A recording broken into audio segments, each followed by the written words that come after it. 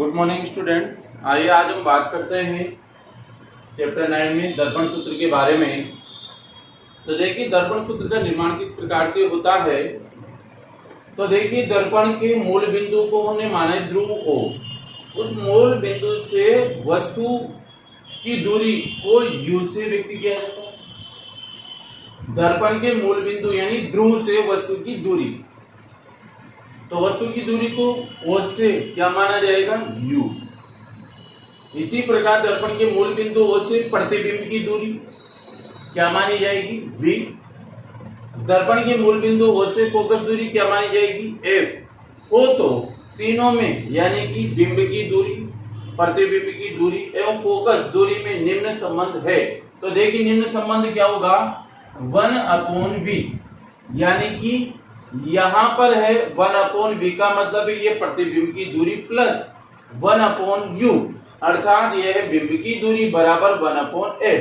यानी सीधी सी बात है, अगर आपके दर्पण सूत्र में डायरेक्ट फोकस दूरी पूछी जाती है सवाल में कई बार, तो अगर आपके सवाल आ जाए कि फोकस दूरी ज्ञात कीजिए दर्पण में, तो यहां पर फोकस दूरी के लिए आपकी सूत्र दर्पण सूत्र ये बनता है 1/V प्लस 1/U बराबर 1/F। तो ये हो गया फोकस दूरी ज्ञात करने के, क्योंकि बराबर आ रहा है यहाँ पे, तो ज्ञात क्या करना है आपको, F ज्ञात करना है, इसलिए फोकस दूरी है। तो 1/V प्लस 1/U बराबर 1/F, यानी फोकस दूरी ज्ञात करनी। अब इसका विपरीत प्रतिबिंब के लिए स्थिति, प्रतिबिंब की स्थिति के लिए मान लीजिए कि आपसे फोकस दूरी न पूछ करके प्रतिबिंब की स्थिति पूछ ले वो, तो सूत्र क्या बन जाएगा फिर 1/F माइनस ये प्लस क्या हो जाएगा माइनस 1/U बराबर 1/V। यानी कि अब ये आपके किसके लिए आ गया, प्रतिबिंब की स्थिति के लिए आपसे पूछ लिया गया है कि प्रतिबिंब कहां बनेगा, तो इसके लिए सूत्र ये चेंज हो जाएगा। तो ये होता है हमारा दर्पण सूत्र। सीधी सी बात है, ध्रुव से वस्तु की दूरी U होती है, प्रतिबिंब की दूरी V होती है, फोकस दूरी F होती है। तीनों में अंतर संबंध स्थापित करते हैं तो दर्पण सूत्र का निर्माण होता है 1/V प्लस 1/U प्लस बराबर 1/F, यानी फोकस दूरी के संदर्भ में दर्पण सूत्र यही बनेगा। अगर आपसे प्रतिबिंब की स्थिति के संदर्भ में अगर वही दर्पण में सूत्र में परिवर्तन करना हो तो आपको क्या करना पड़ेगा, ये 1/F यहाँ आएगा, ये V इधर जाते ये माइनस हो जाएगा, 1/U बराबर 1/V हो जाता है।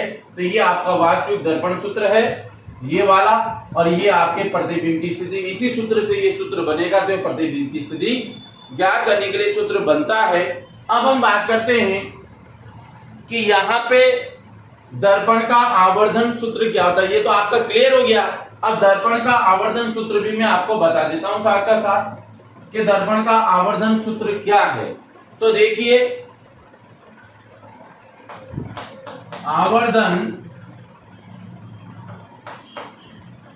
आवर्धन सूत्र है दर्पण का, इसको हम M से व्यक्त करते हैं। अब देखिए आवर्धन होता क्या है, आवर्धन का मतलब प्रतिबिंब की ऊंचाई, वह बिंब की ऊंचाई के अनुपात को हम क्या करते हैं, आवर्धन करते हैं। प्रति बिंब की ऊंचाई, यानी कि आपके प्रतिबिंब की ऊंचाई का मतलब हो गया कि आपके जो काल्पनिक आपका प्रतिबिंब बना था उसकी ऊंचाई और बिंब की, और बिंब अर्थात वस्तु की ऊंचाई के अनुपात को आवर्धन कहते हैं। क्या कहते हैं, आवर्धन। यानी कि सीधी सी बात है कि आपको दर्पण सूत्र ज्ञात करने में उसका आवर्धन भी ज्ञात करना। आवर्धन का मतलब ये होता है कि जैसे कि प्रतिबिंब की ऊंचाई कितनी है और बिंब की ऊंचाई कितनी है। जैसे मान लो कि वस्तु की ऊंचाई तो है 3 सेंटीमीटर, अब प्रतिबिंब की ऊंचाई अब कितनी बनी है, तो दोनों के अनुपात को हम क्या कहेंगे, आवर्धन कहेंगे। अर्थात हम ये कह सकते हैं यहाँ पे कि प्रतिबिंब उसके बिंब से कितना गुना बड़ा है। प्रतिबिंब यानी वस्तु की जो छायांकित भाग है वो वस्तु से कितना गुना बड़ा है। इसका अर्थ ये होता है तो हम ये ज्ञात अर्थात आवर्धन से ज्ञात होता है इससे कि प्रतिबिंब उसके बिंब से यानी प्रतिबिंब उसकी वस्तु से कितना बड़ा है। दर्पण द्वारा बिंब को आवर्धित यानी बड़ा करने की क्षमता क्या कहलाती है? आवर्धनता कहलाती है। तो यहाँ पे देखिए दर्पण और आवर्धन दूरी व ऊंचाई के संदर्भ में दो प्रकार से ज्ञात किया जाता है। तो मैं सबसे पहले आपके दूरी के संदर्भ में आवर्धन का सूत्र बता देता हूं। नंबर 1, दूरी के संदर्भ में आवर्धन। आपको ध्यान एक ही रखना है कि यहाँ प्रतिबिंब वस्तु से कितना गुना बड़ा है यानी बिंब से कितना गुना बड़ा है उसको हम आवर्धन कहते हैं, इसको एम से व्यक्त करते हैं। जो आवर्धन होता है दर्पण से आवर्धन की दूरी को दो प्रकार से ज्ञात किया जाता है। एक तो दूरी के संदर्भ में आवर्धन होता है और एक ऊंचाई के संदर्भ में आवर्धन होता है। तो देखिए यहाँ पे यदि वस्तु की दूरी दर्पण के मूल बिंदु से वस्तु की दूरी दर्पण के मूल बिंदु आपका क्या होगा? ओ से क्या हो? V हो, वही V हो। तो अब क्या होगा? और प्रतिबिंब की दूरी और प्रतिबिंब की दूरी कहां से? मूल बिंदु से क्या हो?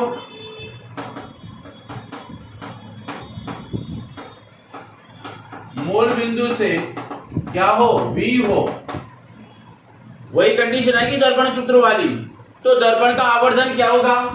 तो दर्पण का आवर्धन यानी कि m बराबर आपके क्या हो जाएगा? यहाँ पे हो जाएगा आपके m बराबर -v/u। यह बन जाएगा आपके दूरी के संदर्भ में। यानी हम कहेंगे इसका अर्थ होगा प्रतिबिंब की दूरी अपॉन बिंब की दूरी। यानी हिंदी में हम कहेंगे आवर्धन बराबर माइनस आ जाएगा यहाँ भी माइनस प्रतिबिंब की दूरी बटा बिंब की दूरी। अगर इसको इस तरीके से निकालेंगे तो हम यहाँ पे सूत्र बना लेंगे इसका, यानी m बराबर -v/u। ये दूरी के संदर्भ में दर्पण से आवर्धन का सूत्र है। क्लियर है? अब दूसरी जो कंडीशन है, दूसरी कंडीशन में हम बात करेंगे ऊंचाई के संदर्भ में। किसके संदर्भ में बात करेंगे? ऊंचाई के संदर्भ में बात करते हैं। तो देखिए ऊंचाई के संदर्भ में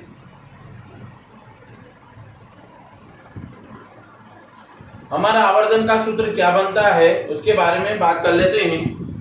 तो देखिए अब ऊंचाई के संदर्भ में आवर्धन, ऊंचाई के संदर्भ में आवर्धन क्या होगा? जैसे हमने दूरी के संदर्भ में निकाला वैसे ही ऊंचाई के संदर्भ में निकालेंगे। मान लीजिए कि यदि वस्तु यानी जिसको हम कहेंगे बिंब की ऊंचाई, वस्तु या बिंब की ऊंचाई क्या हो? h हो। क्या हो? h। प्रतिबिंब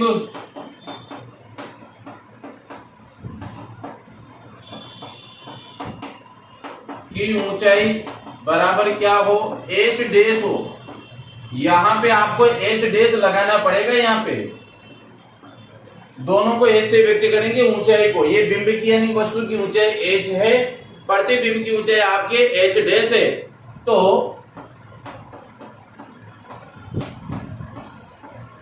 दर्पण का आवर्धन ऊंचाई के संदर्भ में क्या बनेगा, ऊंचाई के संदर्भ में आपका आवर्धन का सूत्र क्या बनेगा, आप यहां कहेंगे माइनस एच डैश, एच का मतलब है प्रतिबिंब की ऊंचाई अपॉन एच, यानी बात वही आ गई हमारी, माइनस प्रतिबिंब की ऊंचाई अपॉन बिंब की ऊंचाई। यह हमारा दूरी और ऊंचाई के संदर्भ में सवाल यानी कि सूत्र बन चुका है। यानी कि इसका सूत्र तो ये बना, इसका सूत्र ये बन गया। अगर आपके सवाल में दूरी पूछे कि दर्पण की दूरी में आवर्धन ज्ञात कीजिए, तो दूरी के संदर्भ में आपके सूत्र ये लगेगा m बराबर माइनस v अपॉन u, अर्थात आवर्धन, दर्पण का आवर्धन बराबर माइनस प्रतिबिंब की दूरी अपॉन बिंब की दूरी।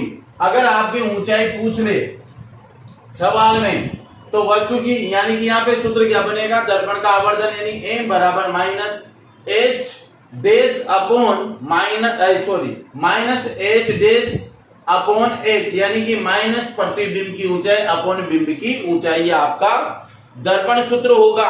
अब यहाँ पे ये तो थी आपकी समीकरण नंबर 1, ये वाली, ये बन गई आपकी समीकरण नंबर 2। तो देखिए यहाँ पे मैं आपको क्लियर बता दूं, समीकरण 1 व समीकरण 2 से, यानी कि समीकरण 1 और समीकरण 2, अब दोनों के संदर्भ में क्या बनेगा वो देखिए आप। समीकरण 1 तो है आपकी v minus upon you, minus v upon you. समीकरण नंबर 2 क्या है आपकी, minus h dash upon h, ये है आपकी समीकरण। अब इसमें आपको क्या ज्ञात करना है, देखिए ये h dash, minus h dash का मतलब हो गया प्रतिबिंब की ऊंचाई, बराबर अब आपके सूत्र क्या बनेगा, h कॉमन हो जाएगा यहाँ पे, h into minus v upon u, अर्थात प्रतिबिंब की ऊंचाई बराबर वस्तु यानी बिंब की ऊंचाई इंटू प्रतिबिंब की दूरी अपॉन बिंब की दूरी। ये आपका यहाँ पे सूत्र बन जाता है। तो ये सूत्र आपका लास्ट एंड फाइनल होगा समीकरण 1 और 2 को जोड़ने पर। यहाँ पे समीकरण 1 आपकी m बराबर माइनस v अपॉन यू, और समीकरण नंबर 2 है आपकी m बराबर minus h dash upon h। तो देखिए ये दूरी के संदर्भ में समीकरण 1 और ऊंचाई के संदर्भ में आपने यहाँ पे कॉमन क्या ज्ञात करना है, आपको प्रतिबिंब की ऊंचाई पूछेगा वो आपसे, तो उसके लिए आपको सूत्र क्या लगाना पड़ेगा, h into minus v upon you, यानी प्रतिबिंब की ऊंचाई बराबर बिंब की ऊंचाई इंटू प्रतिबिंब की दूरी अपॉन बिंब की दूरी। तो ये आपका दर्पण सूत्र यहाँ पर क्लियर हो जाता है। इसके आधार पर और कार्तिक चिन्ह परिपाटी नियम के अनुसार आपको ये सवाल दर्पण आवर्त और दर्पण सूत्र से ज्ञात करना है। दर्पण सूत्र मैंने आपको बता ही दिया था कि आपका दर्पण जो सूत्र है वो क्या कहलाता है कि जैसे 1 upon v plus 1 upon u बराबर 1 अपॉन f, ये तो आपके फोकस दूरी। अब अगर वो पूछ ले आपके बिंब की दूरी, तो यहाँ हो जाएगा 1 upon f minus 1 upon u बराबर 1 अपॉन v। तो ये हो गया ये दर्पण सूत्र आपका ओरिजिनल, ये तो फोकस दूरी के संदर्भ में, ये प्रतिबिंब की दूरी के संदर्भ में। परंतु अगर आपसे दर्पण सूत्र में सवाल में पूछ ले कि दूरी के संदर्भ में, तो फिर सूत्र ये लगेगा, ऊंचाई के संदर्भ में पूछ ले तो ये लगेगा, और अगर आपके प्रतिबिंब की ऊंचाई पूछ ले तो फिर सूत्र ये लगेगा। तो तीनों सूत्र के आधार पर ये आप सवाल को सोल्व कर पाएंगे। आज के लिए इतना ही है। जैसे कि मैंने आपको दर्पण सूत्र और आवर्धन सूत्र के बारे में बता दिया है, सवाल मैं आपको क्लास में ऑफलाइन में ही समझाऊंगा प्रत्येक क्वेश्चन को, तो वहां आपका क्लियर कर दूंगा।